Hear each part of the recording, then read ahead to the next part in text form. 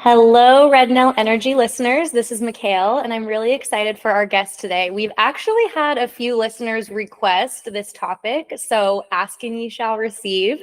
I've got Melody here with me today, and just a little background on her. Melody grew up in competitive gymnastics and has been training her body hard for over 20 years. She has a bachelor's and master's degree in exercise science and was a researcher for 4 years working on NIH-funded exercise trials for chronic conditions. Melody has been coaching women for over 8 years and has taken this science-based approach to fitness and nutrition to the next level by practically applying her knowledge of metabolic health, bodybuilding, and nutritional sciences to women's hormonal wellness. Melody helps women who struggle with energy and PMS gain control over their routine using their menstrual cycle as a map to optimal wellness, energy, and fat loss. She terms this approach to training the feminine way of fitness. So welcome to the pod, Melody. Thank you so much, Mac. Yeah, I'm so excited for this conversation. I personally have taken a kind of recent journey over the last couple years of getting off of hormonal birth control. You and I have our twin Aura rings, so I track my cycle with my temperature. And it's pretty crazy to be in my 30s and realize how much I actually don't know about my own body and how little education is given to us as women, even in a healthcare setting, about our cycles and how they can work for us rather than against us. So Yeah. I'd love for you just to jump in, kind of introduce yourself, and then we'll just get the conversation going. Awesome. Yeah, you hit it on the nose right there. It's wild how little we know about our bodies, and it's also wild how little women are studied. And so, I was deep dove into the fitness area in my bachelor's and my master's degree in exercise science, very research oriented programs. And I mean, I knew the top research about how to train your body for endurance or for strength or for fat loss or for hypertrophy.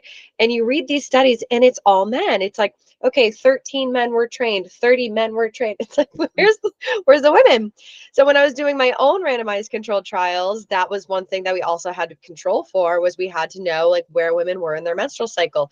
And you also have to, if anybody has depression or anxiety or any type of energetic situation that might cause them to be lacking motivation or not adherent to the protocols, then they weren't included in the studies.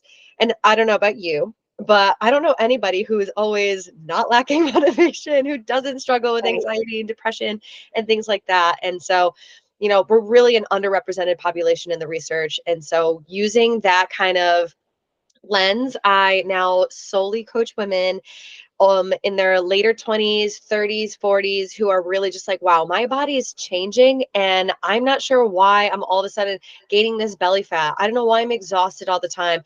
I haven't changed my diet. I try to eat really clean, but I'm still like once a month craving these like incredibly calorie dense foods, and I can't stop myself from either binging and restricting. And the fitness realm in general is just so masculine oriented, where it's like you have to strength train 5-6 times a week in order to get the body and physique that you want, chicken, broccoli, and rice, intermittent fasting, cold plunging. And I'm really here to bring back that feminine flow into, we train to respect our bodies so that we can do whatever we want to do. We eat to nourish ourselves so that we can have the energy and the capacity to take on the life that we want to live.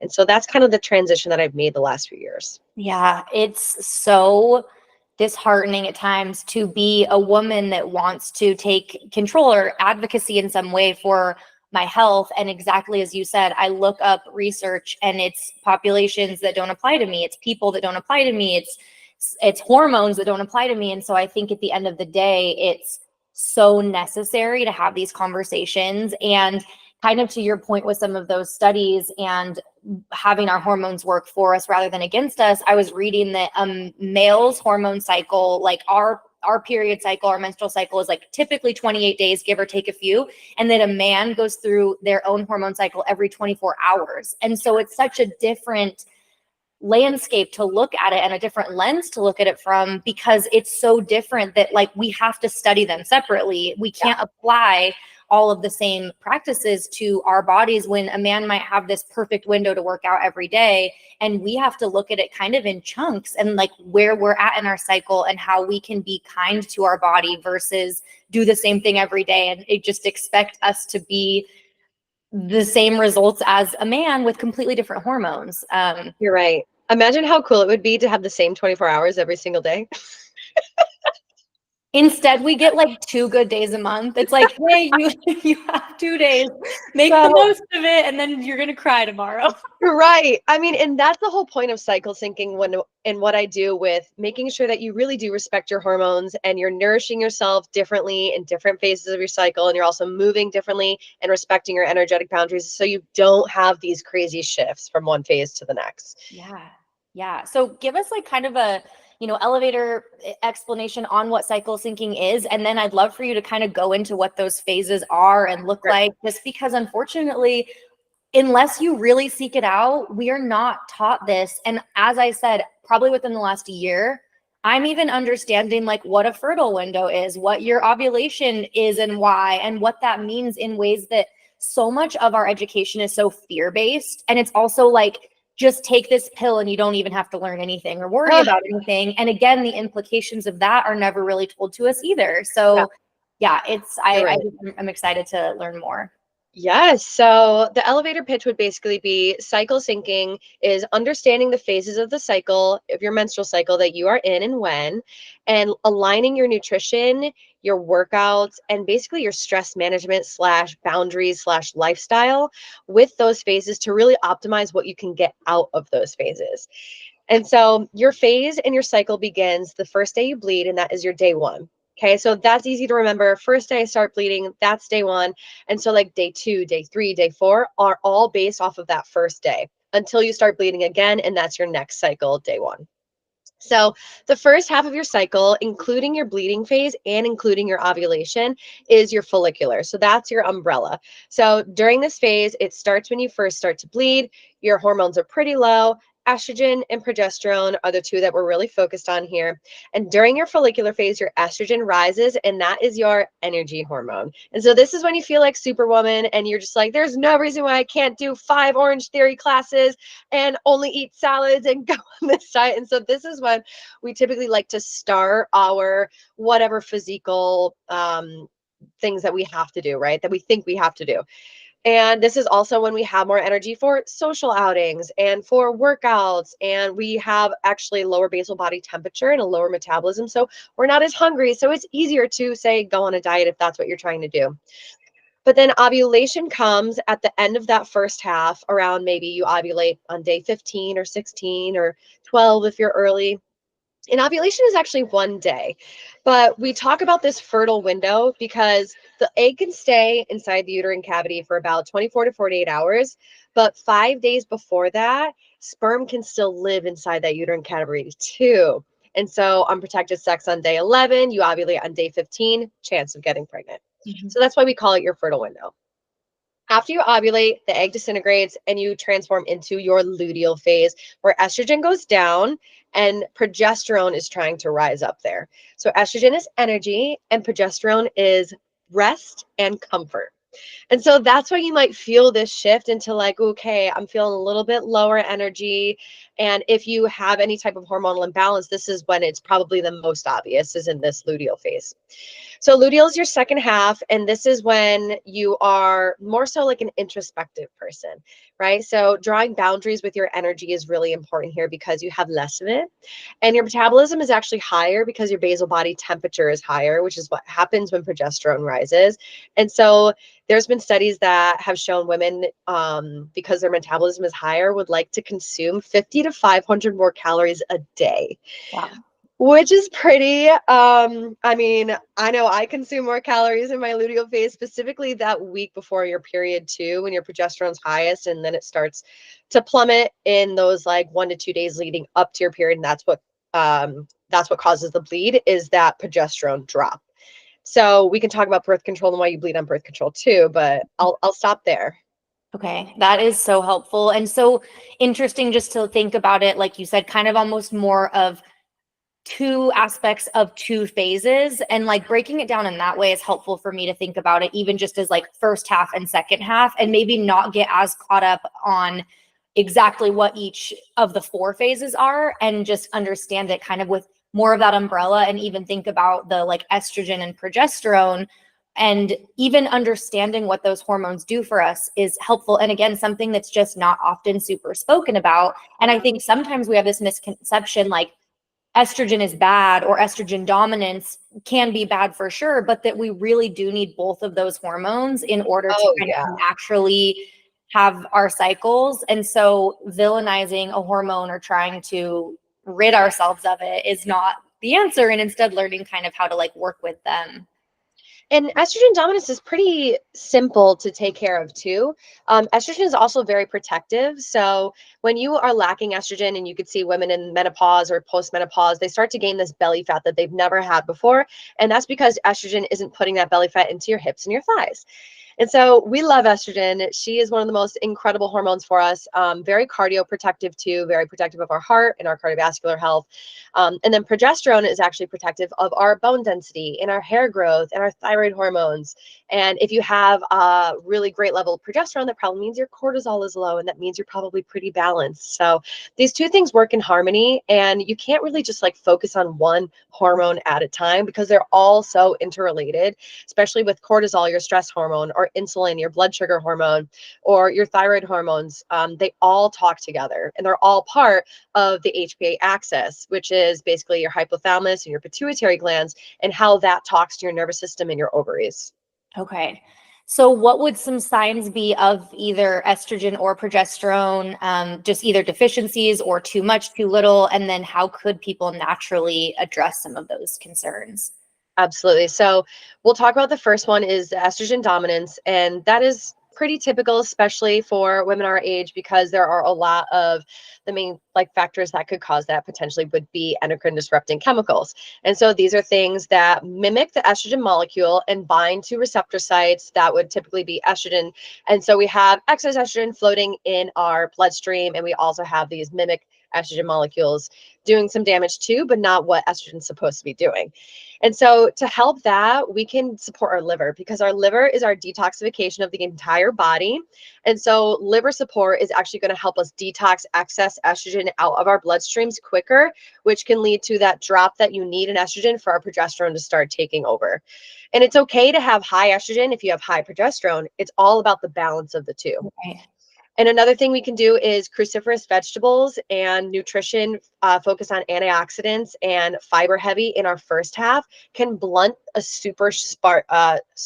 spiked rise of estrogen, because the fibers in cruciferous vegetables actually bind to the estradiol molecule and can also help flush them out too. Oh, interesting. Okay.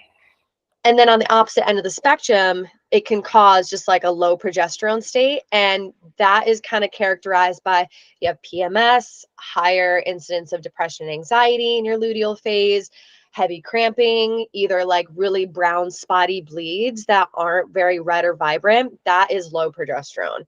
And so we can help that by a lot of stress management, because cortisol and progesterone are actually secreted by the same gland. So if you are chronically stressed and your cortisol is chronically elevated, you probably might have a risk of low progesterone just because that gland is going to be overworking. So that burnout that a lot of people kind of just like throw that word out there, it's a very real thing that can actually mean just like low progesterone. So you feel this like sluggishness and this PMS and this like very like the mood swings are very characteristic of that too. So to help progesterone, you can again detox your estrogen with liver support, cruciferous vegetables, but also increase your calories in your fats and your hearty carbs, because progesterone loves carbs to be able to produce it. So that's kind of how we use nutrition, is both calorie cycling and nutrient cycling on the first and the second half of the phases. Yeah, and as overwhelming in ways as it might sound initially to start adopting some of these things, from what I'm hearing, it's pretty easy, simple swaps or additions, and to help us feel exponentially better, which oftentimes, especially during that kind of PMS symptom, which I've even been learning more about recently, that like extreme feelings, pain, mood swings is not typical. That's not something that you just have to say, this is exactly how it always is, and it's always going to be this way. And often during those times, like you would do anything to get rid of that or to help. And so to think that it could be as simple as adding some of those more carb or fat dense foods, or detoxing through cruciferous vegetables, these things that are pretty small exchanges, but over time help us get into that balance, is again, something I just wish we all had known all along. You're right. Yeah. It is really pretty simple. The hardest thing is breaking habits. It's breaking the habit of not having breakfast. It's breaking habit of just buying, like a salad out for lunch. And it really is like when we hundreds of years ago, like we had to cook and prepare our meals. We couldn't just go and get, fast food. And like I really truly believe that food should take effort and energy because we are what we eat. Mhm. And I mean, just a lot of people don't want to even make these changes or don't know how to make these changes so much so that they'll just take a pill and turn off their cycle, which has even different, adverse health effects and long-term effects on overall health. And yeah, so I feel like just simple educational topics that's what I really try to convey in my content too, can really help women just make these small changes. Yeah. And I always want to be, mindful of the fact that every single person is so different. I was somebody that was on hormonal birth control for a long time. I actually don't really think I had super adverse reactions to it. I was more curious about what my cycle would be like without it, and also really leaning into getting to know myself, my cycle, my true nature, I'd say, without some sort of a synthetic hormone being put into my body. And I'd love to hear just some of the things you've encountered with hormonal birth control and maybe some of the reasons why people may want to get off of it. Again, I always just want to say it as a disclaimer, like this is never something that we're saying it has to be one way or the other, but I do think knowledge is power, and finding what works for you and actually pausing to advocate for what works for you, in my opinion, is the most important thing. Absolutely. A lot of the reason why people would go on hormonal birth control is because something's wrong. Either they have a really painful period, or they have a dysregulated period, or they have a heavy period. And they're just like, okay, they go to their doctors to try to figure out why. And the reason why is never found out. They just turn the cycle off. Mm-hmm. Okay, so what you're doing is you're not having a period bleed. A lot of people go on to regulate their cycle, but on hormonal birth control, you're not regulating your cycle. You are turning it off. And if you go on the pill where you have, 3 weeks of the hormonal pills and then a week of the sugar pill, you bleed on that sugar pill. And that is just because there is synthetic progesterone being given to you during those 3 weeks. And the withdrawal bleed is just when you take progesterone away, that's when our uterine lining sheds. And so there's no actual period going on there. And there's it completely shuts off the communication between the ovaries and the brain. So say you have a really just abnormal cycle, and maybe it's because there's actually like heavy metal toxicity in your blood, or maybe you are, having some thyroid issues, or maybe there's some endocrine disruptors in your environment that you really need to take care of. But instead of doing those things to better your holistic health, you're just shutting off your cycle, which is basically because we don't need to reproduce. Like it is like a luxury of the human health. So that is like your menstrual cycle is your first warning sign that something might be off, because we don't actually need that system, and we can turn it off and still live. We can't turn off our heart or our brain. But if something is going on with your menstrual cycle, that is the first line of defense that there's something going on with your health in your body that needs to be addressed in order for these things to regulate out. And so that is why I advocate for no birth control at all, because there are ways that you can accurately pinpoint when you're ovulating so that you really can use the fertility awareness method as contraception. So tracking your cycle is contraception, and using condoms is contraception, and really knowing like where you're ovulating and changing your sexual routine based on that is a form of contraception. It is so highly effective, and it doesn't have adverse effects like higher risk of depression and higher risk of blood clotting. And if you are smoking on contraception too, on hormonal birth control, then that is also like a very high risk of blood clotting.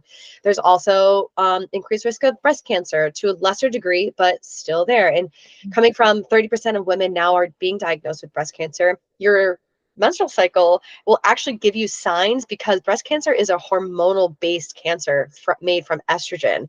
And so your cycle will give you signs of that way before you would be diagnosed. And so I just think the menstrual cycle is like this beautiful, vital sign of wellness that if we're turning off, we're really not sure what's going on in our bodies.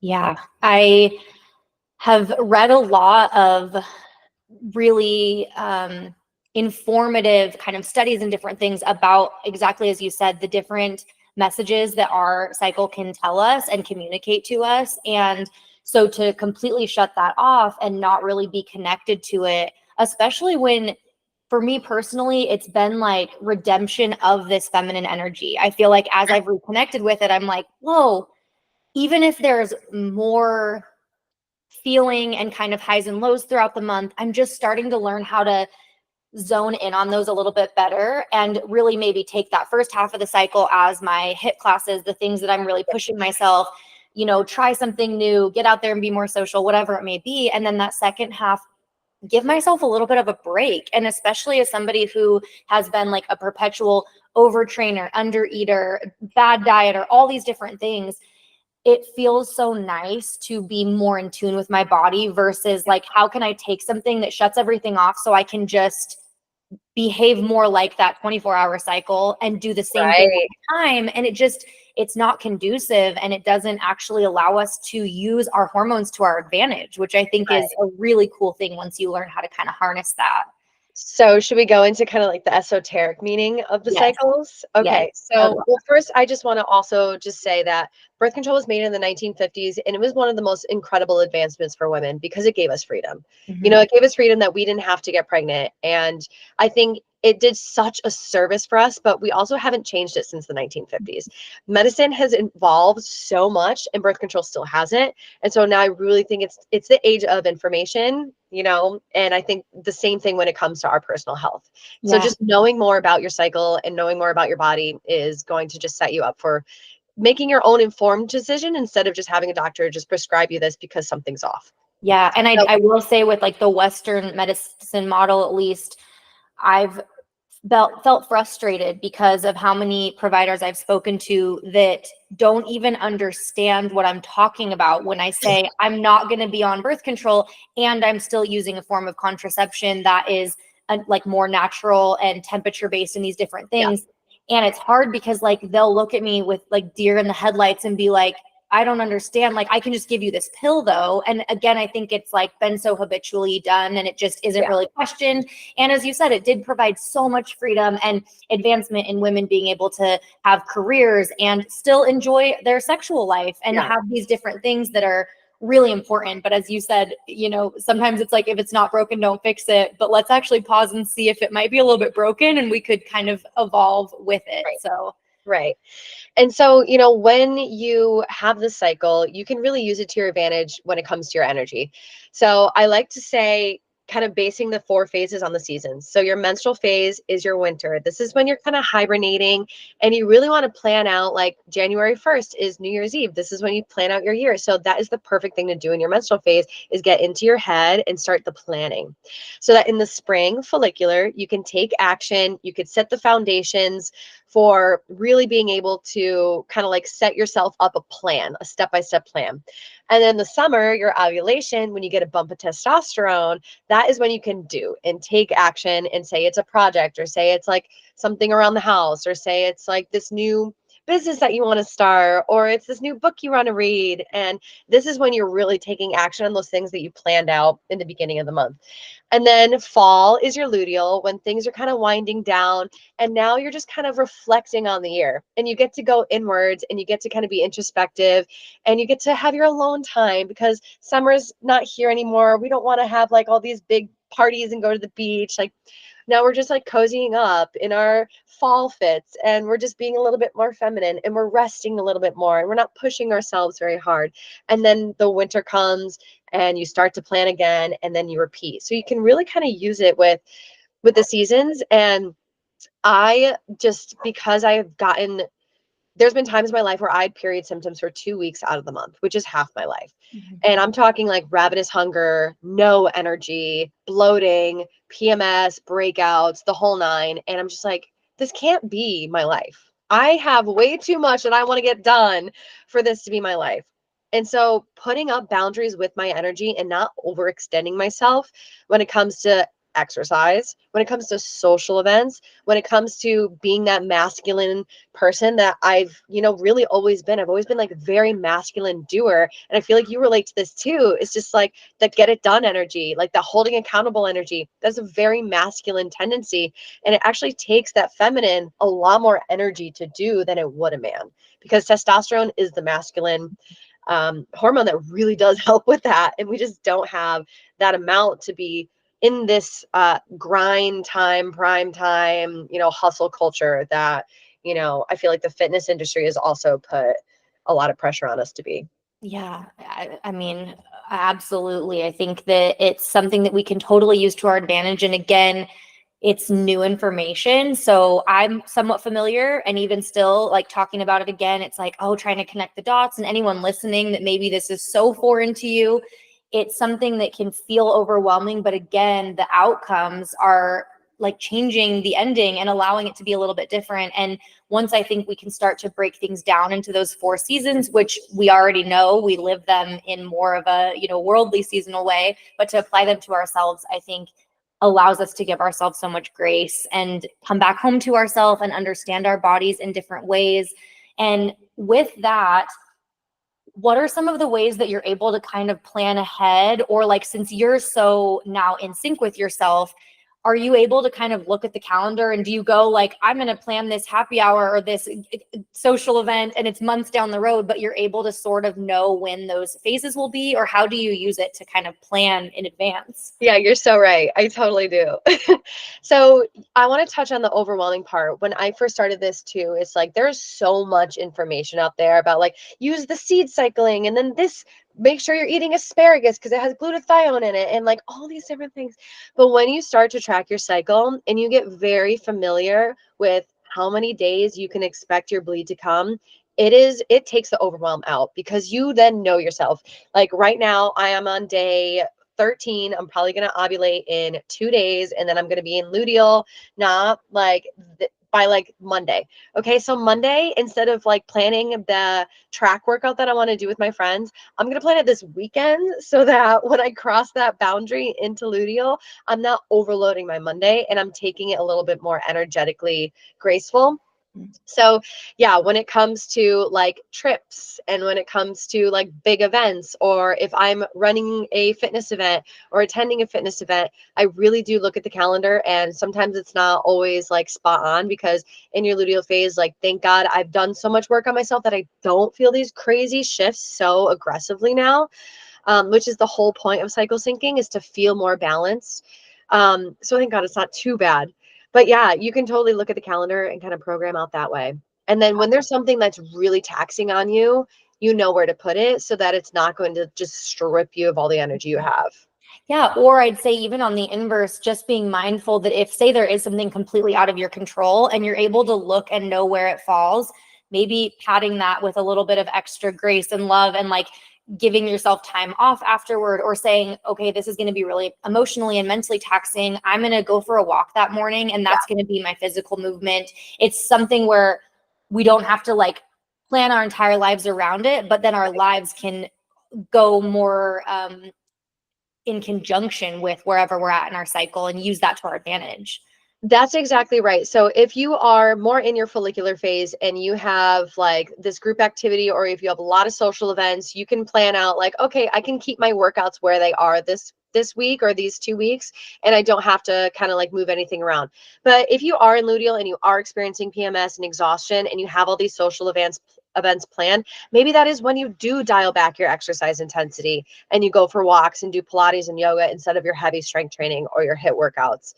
And the same thing with nutrition. So if I'm in follicular, I know I'm not going to be that hungry, and I don't really have any type of risk for overeating or binging on something or having these intense cravings. So if I have a long day at work, or I have a long workout to do, or an event, I can like plan my nutrition pretty good so that I'm at the end of the day, I'm just solid. But if I am in luteal and it's like 3 days into my period and I know I'm going to be so tired and so hungry, then I'm going to make sure that I carb load the day before and I eat a lot the day before. And then I also pack my lunch and pack my dinner that I'm really going to be able to nourish me throughout this event. So I'm not just dragging with low blood sugar, because I want to show up. And if I don't have like the innate energy and estrogen that's really keeping me going, then I'm going to need calories Mhm. for that energy. And you can Yeah. just plan it out that way. Yeah, that's really helpful, I feel like, because it kind of like hits it from both angles. You can sort of adjust things in advance, knowing where you'll be at within your cycle, but then you can also really kind of like armor up when it comes to where you're at in your cycle with whatever life is throwing your way. And so it feels like you said the goal, the ultimate goal is you actually just feel more balanced the entire month. And Yeah. what a dream.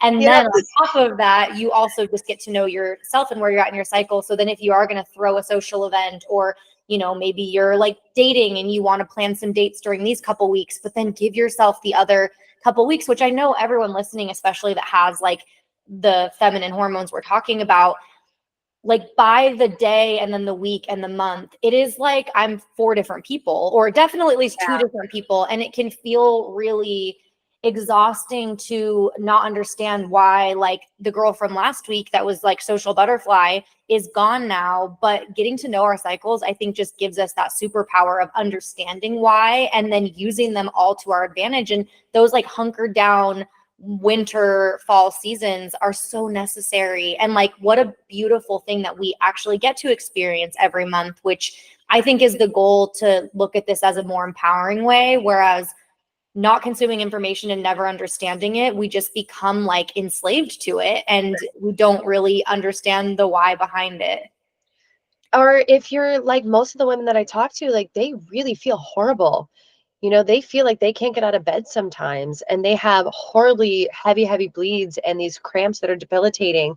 And for your menstrual cycle, that should be a vital sign of health. To be attacking you like that, almost, you do start to demonize your cycle.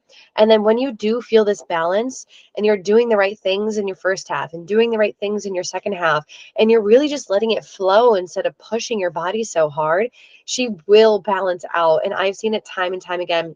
I've had clients that don't have a period for 4 months, and then they get on my program, and the first month they're on, they have a period, and they're just like, oh my God, I can't believe she came, and they're so happy. It's like your body wants to heal and it wants to work with you. Yeah, and if we just do the exact same thing every single day and expect it to be different, it's just Right. not going to be. And so learning the tools, and then of course it does take an adjustment. Like, I'm even thinking in my mind, so say somebody has an unlimited, I don't know, like Orange Theory or F45, something that is a little bit more high intensity. And that's just, they want to show up, walk in the door, and do the workout. Is your suggestion to still do it all of the month, but just kind of go a little lighter on those couple weeks, or stack the 2 weeks that you're really energized and maybe like try for a while, giving yourself a different style of workout during those more kind of like hunkering in weeks? Mm-hmm. If you feel good all month long, then you don't have to change too much. But if you are struggling with some type of imbalance or some type of energy deficit, that you just feel so groggy and like you want to eat the world and you just become a gremlin, then yeah, you're definitely going to want to change some intensity. So what I like to do is I like to have a baseline amount of workouts per week that is just what you want to provide yourself with. So maybe say that's 4 workouts a week. 3 to 4. Okay, that is totally fine. I feel like the fitness industry has kind of mind washed us into thinking that we have to work out 5, 6 times a week, but you really don't. Yeah. Moving daily, very beneficial, but hard exercise 3 to 4 times a week is perfect, especially for the feminine body. And so if you're trying to work out 4 times a week and you do 4 Orange Theory classes or 4 F45 classes during your follicular phase, maybe you want to do 2 per week during your luteal phase. And then those other 2 are either a yoga class or a walk or a low intensity strength training. So if you're in a class and it's not up to you to moderate your intensity, obviously you can by going a little slower. And I do recommend that, especially if you're exhausted. I don't ever recommend HIIT workouts to people who have hormonal imbalances or thyroid issues, just because it tips over our allostatic load, which is the amount of stress our body can take before it has to release a cortisol response. And again, higher cortisol can contribute to thyroid issues and low progesterone. And so we don't want that. But if you are healthy and you just like love your F45 and your Orange Theory workouts, go for it. Yeah. But yeah, moderating intensity, but still showing up for yourself that 4 times a week is kind of where I like to put clients at. Yeah, I think that's a great point, that if you're not experiencing disruption, or maybe you don't realize it, a lot of us, I think, are able to just push through and just grin and bear it.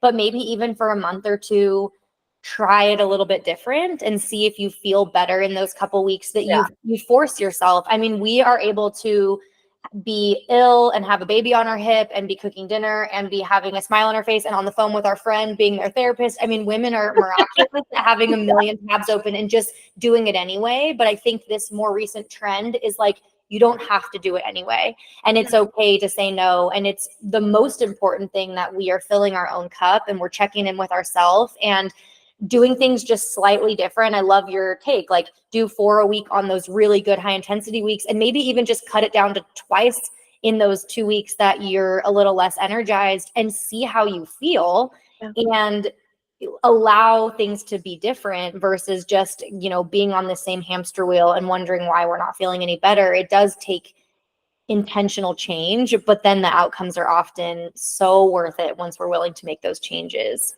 It is. And when you're talking about hormonal health in general, and when you're talking about just like overall wellness, it is not 1 month that changes everything. Like, even for me, I went through a hormonal hurricane last year, and it took 6 months for me to really feel balanced again. And then it took 9 months for my skin to clear up. So it takes a long time for you to really shift these inner workings of your body, especially if it's been years and years and years of building up either a cortisol response or heavy metal toxicity or endocrine disruptors like perfumes and fragrances and glyphosate and things like that. So it really does take a long time. And a lot of women don't want that. A lot of people in general, we want this immediate response. But when it comes to your internal wellness and your hormones, giving yourself that grace and not saying like, okay, I'm going to do this for 4 weeks. It's like, no, let's do this for 6 months, which is a blip in your timeline, really, but it seems like such a long time. But yeah, if you are experiencing low energy, or if you're experiencing things that you just are gaining weight randomly, or you cannot lose weight, exercising more is not always the answer. It's very rarely the answer, I It's would say. very rarely the answer. And I just see friends that have continuously been on this like restrictive eating and overtraining, like working out. I mean, doing a hike and a fitness class and then going for a walk in the evenings and really working harder, not smarter.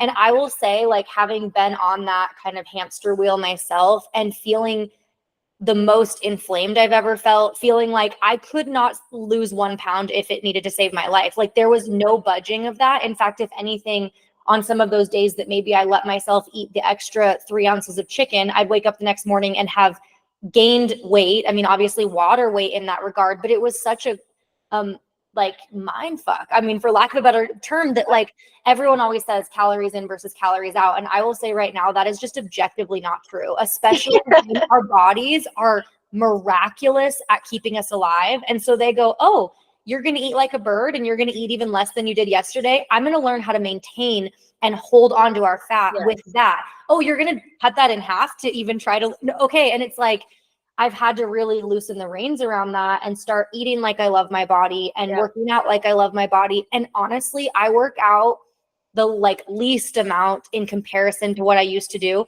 And I eat the most and pretty much whatever I want. And I'm the leanest and feel the most comfortable in my own skin. And I don't feel like if I miss a workout, it's going to make a difference. Or if I have a piece of cake, it's going to make a difference. Like no one choice changes the outcome the way that it used to. Like, I would look at a piece of bread and be like, cool, my pants are tight. Like, that's how it used to feel. And now I'm like, oh, there's so much freedom in intuitively eating and working out and doing it for our hormones.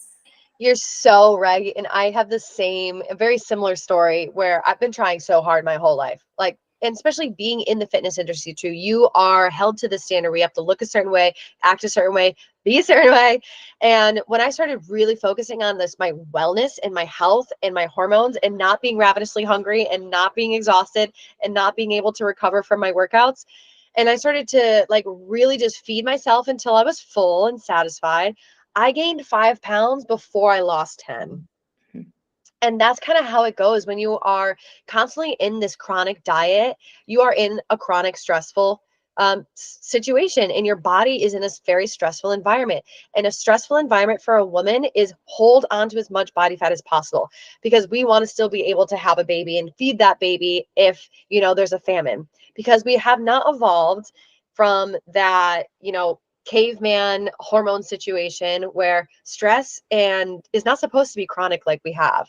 Stress is supposed to be a one-time situation to mobilize energy for us to be able to run or hide from a tiger chasing us. Mhm. And it is kind of crazy how we haven't evolved from that. But, even just like 1800s was not that long ago. 1700s was not that long ago in the span of the world. And so when it comes to, if you've been chronically dieting, if you've been doing, just like everything under the sun and not seeing results, it's time to know your maintenance. It's time to know how many calories and the macros and micronutrients that actually make you feel good. When we are constantly focusing on fat loss, that is when things get out of whack. When we start to focus on feeling good, and I used to hate people saying this. I'm just like, well, easy for you to say, you just must be lean. It's like, I can't tell you how hard I've tried my whole life to just be as lean as possible, as muscular as possible, and work out so hard. Like, it's been my whole life. But as soon as I really did just let myself eat until fullness and satisfaction, the right foods in the right phases, a adequate amount of protein and fat, and carbs that were actually providing me with energy and not just a high blood glucose spike and then a low plunge, your body composition does change. Mhm. And especially when you stop working out 5 times a week and you go down to 3 or 4, and then you can move, but not just like beat your body up. She will reduce inflammation. Your face will be less puffy. Your belly will be less puffy. Your periods will be happier. You'll have this consistent energy. You really do feel like you have a new take on life. And again, food freedom is everything. Yeah, I mean, louder for the people in the back. It's so scary. And I can speak to that too. I mean, all of grad school, my form of control was what I was eating and how I was working out. So I was constantly the girl with the Tupperware in her purse and lying about, oh, I actually just ate, or I'm heading to eat now, so I can't eat with you guys. And it was so disordered. I mean, it was one of those things where it was the only thing I felt I had a semblance of control. And then also, how can I make sure that I'm worthy of this workout, which is 2 hours in the gym and following this really intense programming and never stopping. And it did give me endorphins and it did have some positive outcomes, but I could have reached those same things going for a walk on those times that I was really mentally stressed, rather than saying, I'm going to wake up at 4 a.m. to make sure I get my workout in on finals week. The things that were like, again, my only semblance of control. And so now entering into like, I'm the oldest I've ever been. That sounds stupid to say, but like I'm in my 30s now, and yet I feel better. I feel like I look better because my mind is also healthier. And so the grace I can give myself allows me to sort of just like loosen the reins around all of it, which in turn lets my body adjust too. And so to echo what you said, when you're willing to stop all of the input and like put down all of the programming and the plans and the counting and the social media that says like, do this thing, and they're failing to mention they're getting paid to tell you to do the thing. There's so much within that is so unfortunate, because people are just spewing this narrative, they're making a buck on it, and then all of these people are blindly following it, wondering why nothing changes. The results do come, and being in that soft space, like softness toward our body, softness toward our life. How can we hold things a little bit more loosely and not try to force so much? It's amazing. Yes, it takes time, but I would say how quickly you do start to feel better from the inside out. And then that does reflect externally in regards to holding less inflammation. And if I needed to lose a few pounds, I'm not trying to, but I confidently feel like I actually have something to pull from now, where before Right. I'm eating 2 almonds and I'm like, well, do I just eat one? Like, at the end of the day, there's like nothing to pull from. Exactly. Exactly. Your body really does love food. Yes. And food is not the enemy. And it's something that, again, as women, and again, I'll speak for myself specifically, I was at war with for so long. I had so much anxiety around food. I would look up the menu, and if it didn't have calories listed, I would try to figure it out in my Fitness Pal, and like, how can I get away with still making this fit what I'm trying to do? And it's exhausting. And so to live in the freedom now of quite honestly not really thinking about what I'm eating, because I do gravitate towards healthier foods, nutrient dense foods. I am fortunate that I like to eat healthy. Yep. So when I'm 80% at least, I'd say eating healthy and reaching for those healthier options, I don't really have to worry if I go out and look Yeah. at like what's the like least calorically dense food. I can eat whatever I want, and it does balance itself out. Well, you know why you can also eat whatever you want and still trust that you're going to maintain your figure is because you could trust your hunger and your fullness now. Before, you were so set on just being, make sure I'm just not hungry. I just like, I'm going to restrict, restrict, restrict, restrict. And so when you were hungry, you were ravenously hungry, very, very hungry. And so that's when you would eat everything you could possibly could, because your body was like, girl, give me calories, please. But as soon as you really start eating at your maintenance calories, which is the amount of calories that you're not going to gain or lose weight on, it's the amount of calories that gives you the energy and the vitality that you need to just go through life how you actually want to and feel how you actually want to. When you start to do that for a few months, and that's what I do for all my clients. If you have fat loss goals, the first thing we figure out is your maintenance, and we try to get it up as high as possible, again, so we can pull from that to Right. put you into a deficit. I also cycle the deficits so that when your metabolism is lower and you're the least hungry, that's when you're really optimizing your deficit and eating in a deficit. And then when you get to the first few days, like before your period starts, when you are ravenously hungry, we go up to that maintenance. You're not afraid of it because you know you don't gain weight on your maintenance. You know you're just happy on your maintenance. And that is the calorie cycle that we do. Gosh, yeah, that makes so much sense. At the end of my really binge restrict, disordered eating cycle, I had a coach that talked me into doing a reverse diet, and I was so scared. And it was insane the amount of body fat I lost starting at where I was just at. She was like, track what you do on a normal day and send me that. And we're going to reverse diet you out of it and do it slowly so that you're not freaking out. And I'm sure it's a mental thing more than anything, but by the end of 6 weeks, I was eating twice as many calories as I had started, and I had lost body fat. I felt so much better. I could not believe the amount of food, and it wasn't even that much. That was the thing she was chuckling at. She's like, we could probably over time even add like 1,000 more calories to what you're doing with your activity level. Yet here I am at like, I was at like 2,500 calories, very comfortably maintaining that. And I'm like, I get to eat like this much at a time. It felt so almost like sad in a way to see how much I'd been restricting, and how, as I'm using so much brain power in grad school, I'm working out for 2 hours every day. And then I'm expecting my body to sustain on this like bird food. And I did it. Our bodies are miraculous in their ability to protect us, to allow us to sustain. It didn't know if I was stranded on an island and that's all I had, or whether I was just disordered thinking. And so to experience that and to actually see to believe like, whoa, we need more, we need nutrients, and I can maintain on that now. As you said, it doesn't scare me in those couple weeks that I'm a little bit hungrier, and I'm giving myself grace that like I can trust my body if it's telling me you need a little bit more. And so I love the cycle that you do in knowing that it like all works together. And rather than restricting every day of the month, you could be in a deficit in these 2 weeks that you feel better and you're less hungry, and then at a maintenance in the other 2 weeks. And so you're actually still losing weight over time if that's your goal, but it doesn't feel so hard. Exactly, that part. And then also, you mentioned, oh God, what was it? Already brain farting over here, but Okay, they're like maybe reverse dieting, or what I was able yes. to. Yeah, exactly. So when it comes to the reverse dieting, like my ideal client is that girly that's been under eating forever, that can't lose weight. Because what we do with her is we bring her calories up and she sees her body tone. So that toneness that she's been wanting to do, like losing body fat, building muscle, that exact goal that she hasn't been able to do for years and years and years because she's just been chronically under eating and now has nothing to pull from. As soon as we start to get her to a point where she has a maintenance that is like 2,200 calories or 2,500 calories, and she now has better sleep, she now has stress management. She now can take on more in just her life in general. She's not anxious all the time. She's not depressed all the time. She's eating more. Her cycle is better. And then we can start a deficit cycle if she wants to lose more body fat on top of that. But it is so beautiful because I look at progress pictures, right? And I compare them like month to month. And one of my favorite things is seeing a girl who comes to me eating 1,500 calories.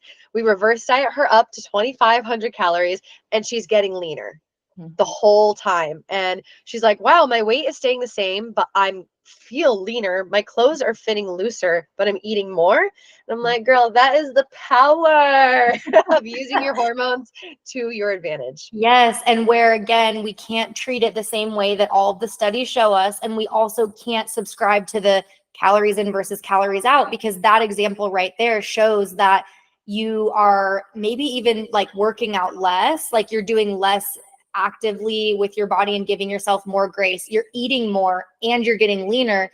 It's like that does not compute if you're just looking at it on paper. But again, our bodies are so miraculous. They want to heal themselves. They want to perform optimally. And so they're going to find their way to perform in what they think is optimal, which, as you said, as a woman, we are going to be able to bear a child even if we're only eating 2 almonds every single day. It's going to find ways to hold on to it. And that is protective and it is preservative in a way. And I'm sure that it'd be easy at times to just wish that we could outsmart it. But actually, when we work with it, it's such a beautiful thing to feel like we're all in sync with ourselves and, using it to our advantage. And I think, the last thing about calories in, calories out, I just want to mention is that doesn't take into account macros, right? And so your macros are going to define your body composition. They're going to define whether the weight you lose is muscle or if it's fat. And you will lose muscle mass if you are not eating your protein goal. You also will reduce the ability to be able to produce hormones that you need to every month if you're not eating adequate fats. And so calories in, calories out, it has nothing to do with actual health because it doesn't account for micronutrients. So I can eat, in a deficit, just eating Snickers bars, and I can lose weight up until my body is so sluggish. I'm not sleeping. I'm super stressed out. My cortisol's through the roof. My period shuts off or gets very irregular. And like, is that worth, just 10 pounds, like to lose 10 pounds? Right. When I could focus on feeling really good, having the longevity, having the health, my macros are dialed in, my calories are dialed in. I'm already starting to get lean before I even worry about calories. And I feel like that just has to be the shift in mindset that the fitness industry has. And that's why I say I'm trying to really push the feminine way of fitness here, because calories in, calories out, training really hard 5 days a week, and only eating chicken Caesar salads is just like so 2000s. And the advancement from there is really using your hormones to your advantage. Yes. And it does not have to feel so hard. And the amount of silent struggle that I think occurs within women at war with themselves mentally, emotionally, physically every single month, and not understanding that there are conversations being had around the fact that it just doesn't have to feel like this. And there's this tiny army ready to step in and support you and help you and help it make sense. Because how often am I a nightmare and I've had a period for a long time at this point, and still I'm like, I want to burn my house down. I want to blow my life up. Everything sucks. There's no point. There's no light. And then lo and behold, the next day I'm like, oh, Aunt Flo, now everything makes sense again. And it's like, when will I recognize and finally start to understand? But having better understanding of the phases of my cycle also gives me hope in that and an understanding. And I will track symptoms. And it's so interesting when it'll like pop up on the app this same time of your cycle last month or over the last, the data that's collected, you may feel obsessive thoughts, anxious, sad. And I'm like, oh yeah, that checks out. And so to start to see those patterns, I think, and then again, it also is affirming that in some of those other times, it'll be you felt energized, you felt excited, you felt hopeful. And so to know that that is something we can kind of count on and then use to work with us and not hold ourselves to this unattainable standard or beat ourselves up on those times where it does feel like a little gloomier or a little bit, we need to kind of hunker in is so normal. And so this is where I think tools really come in handy. So if you know what phases you're in your cycle, you can really use the tools that a lot of people try to just like shove in a morning routine when you actually need them. And so when it comes to follicular phase and you are having this new energy renewed, then this is the tools to really emphasize, okay, if I want to be in a fat loss phase, this is when I really need to do that. And now I'm going to make sure that I'm providing myself the antioxidants I need, the cruciferous vegetables I need, and the omega-3s I need to still have a healthy ovulation cycle. But right now I'm really going to focus on just like kind of working on my body fat loss. When it comes to ovulation and then the week after, so the middle of your cycle, that's when you could really focus on increasing some nutrient density when it comes to macros. So these are times to add in a little bit more fats, a little bit more proteins, a little bit more carbs. And then that luteal phase, this is the key. This is the time where to take out those tools that really help calm your mind. If you are someone that does experience these mood swings, this is when you put in your meditation practice. Mhm. This is when you put in your breath work practice. This is when you put in just like your self-care and go take a bath, right? And so there's different things that you can put into different phases of your cycle. Like you probably won't catch me meditating during follicular phase, unfortunately, but you can catch me doing breath work and meditation almost every single day in my luteal. And so I think, you know, especially if you are in like personal development, which, you know, me and you could probably resonate very heavily with. It's like, no, I need discipline. I need discipline. I need routine. Well, it's like not really the same routine though, right? You Right. can have a different routine in follicular that really sets you up for a really happy, positive day. And then a routine in luteal that really sets you up for taking care of your mind in the places it may wander. Yeah, and knowing that part of discipline is understanding ourselves first. And so some of that discipline may actually be refraining from the HIIT workout when we know that's not what's going to be best for us. And so if we need to frame it in that way of knowing that we are productive and showing discipline and showing tenacity or whatever it may be that we've equated with our worth or with our outcomes, can we challenge ourselves to have that productivity look a little bit different or that discipline look a little bit different? Absolutely. And that's where the feminine flow comes in. It's like equating the action and the doing with our self-worth is such a masculine thing that I am so guilty of. And so, speaking from personal experience, when I really transitioned into a more feminine flow when it comes to my workouts, when it comes to just how I treat my body, I feel like I look better too. I feel like I have more of still lean feminine body. I feel like I have more of a mindset that is not just so demanding of myself and putting myself down if I don't get everything done. And I feel like things are coming to me easier. You know, I feel like I have friendships even that are more supportive of taking care of myself instead of just like pushing so hard. And when you do like tap into that feminine energy, there is no you know, it's magic that we have a 28-day cycle and the full moon is a 28-day cycle. Like Mhm. we are magical creatures. And Yeah. so Yeah. when we are just like turning off that entire part of our feminine essence, it really does, you know, like create higher levels of anxiety and depression and just feeling like dissociated with, you know, your ability to manifest in your life. Mhm. And so, like going into that feminine flow and really taking charge of your energy and using that luteal phase in this week before your period to go inwards and reflect, that is personal development. Mhm. Yeah, I mean, it's the most important personal development we could ever do. I like, add in there. I think that it's something that we've often been so disconnected from, and that some people don't ever choose to learn about or lean into. And yet it's something that the more I learn about it, the more my mind is blown in how many, coincidences or synchronicities or whatever it is that happen. And even like women syncing together in different cycles, Yeah. like impacting others, and so many things that, again, it's like out of necessity, we've created these medications or tools or different things in order to allow us to grow and evolve. And then now that we have so many tools, like we have a continuous temperature monitor on our finger at all times, like it's pretty remarkable. We get to sort of adjust our sails then and lean back into some of that feminine essence. And it's very magical, and something that has helped me feel so much more connected to myself in a time where previously I was very disconnected from that feminine essence. I'm right there with you.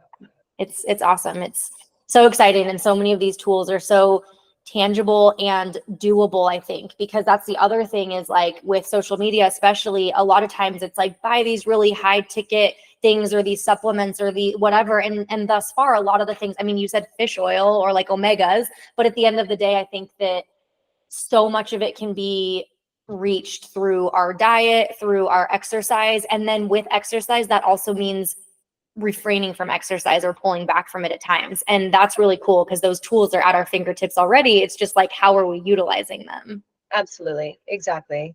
Yeah. Yeah. Oh, I love this so much. Okay. Well, I want to kind of pivot a little bit and just get to know you a little bit better for any of our listeners. We have some fun collaborations coming up, so I'm excited to just continue to share your message and, introduce you to the community. So with that, what is your personal most repeated, like negative thought or fear that comes up for you as a woman, and how do you learn to combat that? Oh, it has to be the money one. It's got to be the money one. This is the fear that I have been, for my entire life, just feeling like I can't provide for myself. And I've proven myself wrong time and time again. But, running a business, it is very inconsistent. It's like some months are, heck yeah, I hit my goal. And some months is like, oh, shit, I forgot to, do some marketing. Right. So that inconsistent doesn't help this fear whatsoever. So it is something that I'm constantly battling, is just like, I'm also an entrepreneur. Like, I don't have a 401k. Like, am I going to be able to retire myself? Like the money, and just like a lack mindset when it comes to abundance has been something that I've been working on my entire life. So the way I combat that is I'm super thankful every time I like use my money or I spend it. I'm just like, money loves me and it comes back to me. And there's such a fine line between being so highly aware of your thoughts and feelings and also kind of overthinking them to the point where you're just like, oh my God, if I'm overthinking this, that means I'm actually in a lack state, which means I'm bringing in more. And it's just like, when you have this over awareness of, all of that stuff, it becomes this kind of like anxiety loop. And so I've really tried to learn to let go of it. And also just leading from, I'm marketing my services because I truly believe every woman deserves to know about their bodies. And I truly believe that this education is priceless. And just, like having more gratitude around it is something that I've tried to really pivot. Yeah, I actually just released a solo almost exactly about this, where there are certain things in our life that feel really easy. And so we're able to detach from them. Like maybe it's community or it's friendships. And so it's just this thing that you're like, oh yeah, that's just there in my life. It's in abundance. I don't really have to worry about it. It's all good. And then we all have these things that are, different from each other and often like counteracting of what one person's easy is the other person's hard. But then if it is money or it is romantic relationship or partnership or whatever it looks like, it's like we're so fixated on it that, as you said, it brings us into lack and scarcity because it's this thing that it's like, I'm like actively working on detaching from, which is not possible. We really do have to just release the reins and detach. But I resonate with that so much. And if we could just find ways to apply our feeling of abundance around the things that are easy in our life to the things that feel a little bit more difficult, like our whole worlds would change. I really believe that. And so it's great to hear you lean into that abundance and just knowing it flows and it comes and goes. And for me with money, it's always, and I hate it because I wish I could just like white knuckle it and wield it and control it. But it's always when I sort of do just release the reins and pull back that something will come in that I'm like, whoa, that's really showing me like release to receive. Really, really. And that doesn't mean not working hard and not focusing on your business. Of course, it's not like we just sit back and eat bonbons and money just flows to us. But the less we focus on it and the more we just believe in our like orbit that it's just there and it's going to come to us, the more it does, which is crazy. So and it's so hard, and this can maybe tie back into if you've been chronically dieting and you're in a fat loss phase and you just have to release that entire mindset that you need to be in a deficit in order to actually get the physique that you want. It's the same thing. And it's like, it is so tough to do. But it's really cool because then when you are able to combat and overcome other areas of life, which like maybe for me it was I can't lose a pound. And so that's synonymous with like I can't make $1. When I like released the reins around I can't lose a pound and actually just stopped focusing so much, zoomed out, how can I operate as though I love myself, not that I hate myself. And then the results came. It's so similar, I think, when it comes to finances and abundance in that way, that it's like we focus on the right things and everything else comes, and we just get to change the channel in our brain when those worries come up, and we're like, oh, we're not doing that anymore. And yeah, I think it's a very relatable, especially as like a woman entrepreneur or in business, that we often also have to really deeply believe in our worth in order to accept and not accept less than we know we're worth, and practice those boundaries, and then keep calling in abundance, and it will come and it does flow. It's just doing things a little bit differently. A lot of faith. A lot of faith. Yes, absolutely. Is there anything formative that stands out for you in your life that kind of got you to where you are today, or maybe rejection that served as protection to you, or just something that was unexpected that now has helped you evolve into who you are?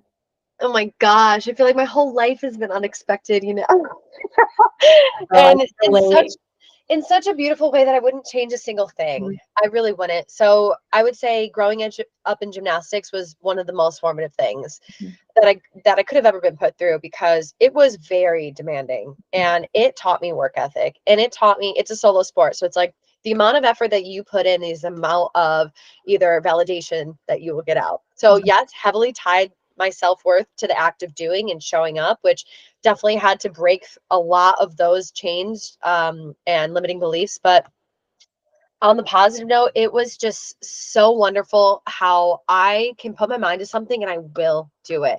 And that was instilled in me since I was, 5 years old, trying to do a backward roll, or, when I got my cartwheel on balance beam, and then my back handspring on balance beam, and then, my full twist. It was like every single thing that I thought I could, a skill that I thought I could never get, I was able to really train for it and get it. And I feel like that just permeates my entire life and everything that I've done. Yeah.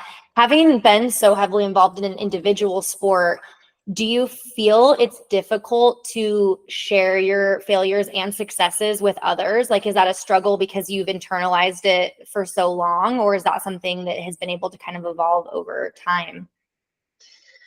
That's a really good question. I think I definitely take failure very personally, and I take success very personally too. So I do feel like I'm a one-woman show out here. And another reason why I'm just still an entrepreneur after like all these failures and successes is because I just like don't like working with other people. I just want to do it myself, right? And that's not to say like teamwork isn't so important. And if I was in a team, obviously, like, I'm more of a delegator than a share the load type of person. I'm either a doer or a delegator. So I just feel like it's developed this type of leadership in me. So that's definitely for sure. Yeah, that's cool. I played a lot of team sports, and I did do some individual, and like you said, the success and the failure rests on your shoulders alone when it comes to that individual side of it. But then I also think team dynamics often force you to give yourself grace if you mess up in a way that affects the team, and then learn how to give others grace in a way if like there's something that happens, and also recognizing it doesn't ever come down to one moment, even though it can feel that way often in both individual and team type dynamics. But it's interesting to hear about how formative that was for you, and then also how it's kind of like bled into and come into play when it comes to these different aspects of your life. Some people can't do anything on their own, never take the risk, never bet on themselves. And then in the inverse, there are people that it's really difficult to trust someone else with this and this thing that is so important to you, because you've been conditioned your whole life that it's like you and only you. Yeah, exactly. Yeah, that's so interesting. What is your version of red nail energy? The thing that just I makes love you this feel like question. you could walk into any room or sit at any table? It's got to be energy. So like energy is your currency. Like how you show up, your vibe, it is the first impression that you give. And so my red nail energy is my confidence, and it is my ability to just walk into every room and just be so certain in who I am and love myself that if it's not my room, that's not my problem. And it's not in this type of like F you type of way, ever, ever, ever. It's always with love. And so like showing up with this energy of just like, how can I show some love and receive love and give love and just have the best time ever right now? That is definitely red nail energy. And what I think contributes mostly to that, when I feel most myself and most authentic, is when I'm feeling physically healthy. Mhm.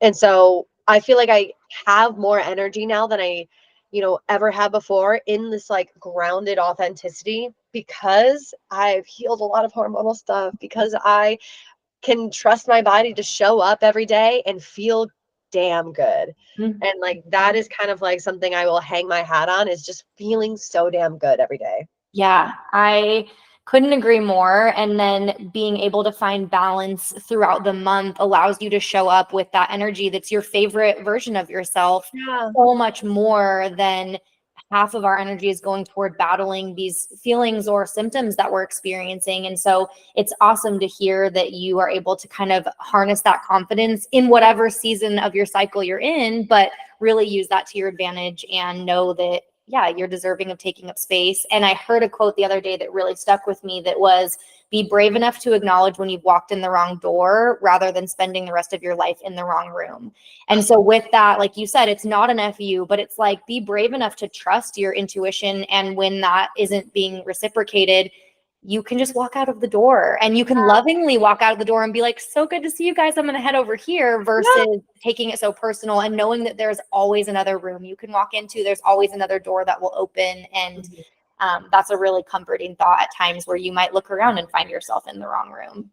Absolutely. And there's just, you control everything. You really do. When it comes down to it, you can control what rooms you put yourself in, what energy you show up with.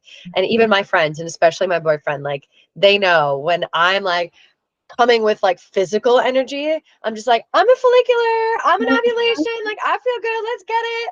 And then they also know when I'm coming like this grounded, like almost kind of like motherly, loving energy, and I'm not like physically out there. I'm just like, yeah, I'm in luteal, I'm chilling. That's But amazing.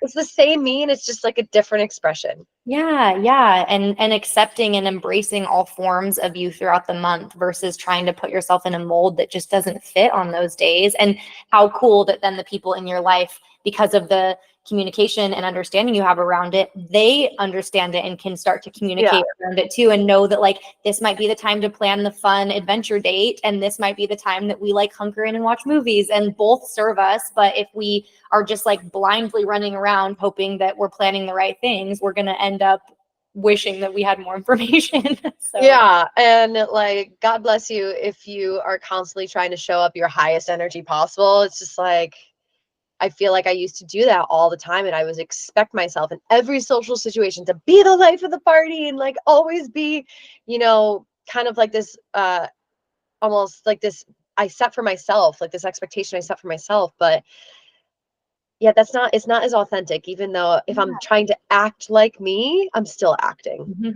And so just like diving into just these different phases and knowing that it's not always going to be just like super energetic, and that is okay, because now I get this introspective time. And also it kind of gives you permission to not be so high energy too. And if you're having an off day and I'm all in your face, it's just like you also have like permission now to level back into yourself. And just like be who you want to be, and like have the energy you want to give off that day.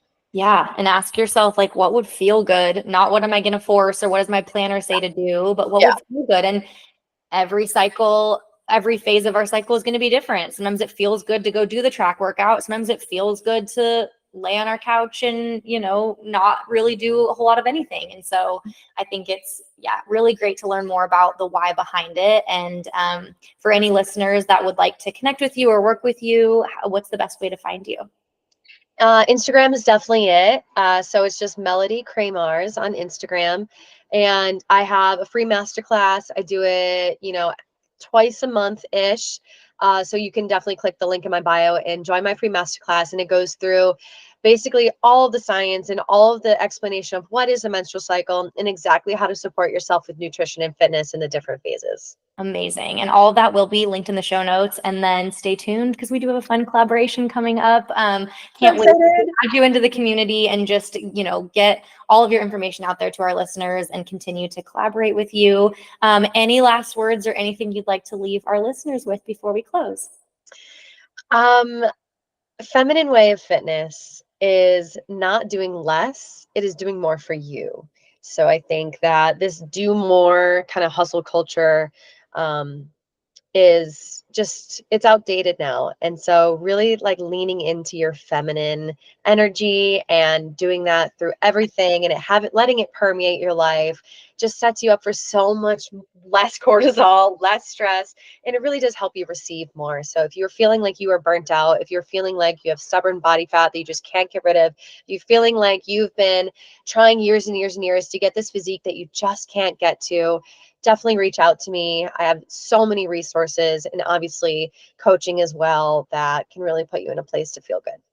Amazing. Thank you so much for your time and your expertise. I'm so excited to continue to collaborate with you. And Red Mill Energy listeners, do more for you today. As always, you are not alone and you're so loved and seen. And we will catch you next week. Thanks, Thanks, Mac. Natalie. Bye.